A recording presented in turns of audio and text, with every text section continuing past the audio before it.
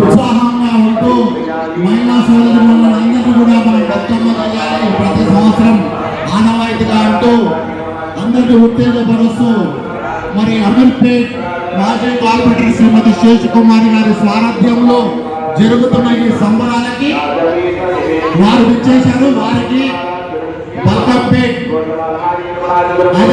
దేవస్థానం తరఫునే అలాగే అమీర్పేట్ డివిజన్ తరఫున వారికి స్వాగతం సుస్వాగతం.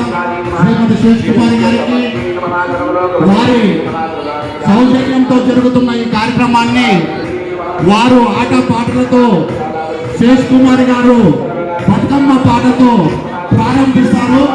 అందరూ మహిళలు చక్కగా చేసుకోవడానికి అవకాశం ఇస్తున్నటువంటి శేషకుమారి గారికి మరొకసారి ధన్యవాదాలు తెలియజేసుకుంటూ మేడం గారికి ఉత్సవాన్ని ప్రారంభిస్తూ మంచి బతుకమ్మ పాటలు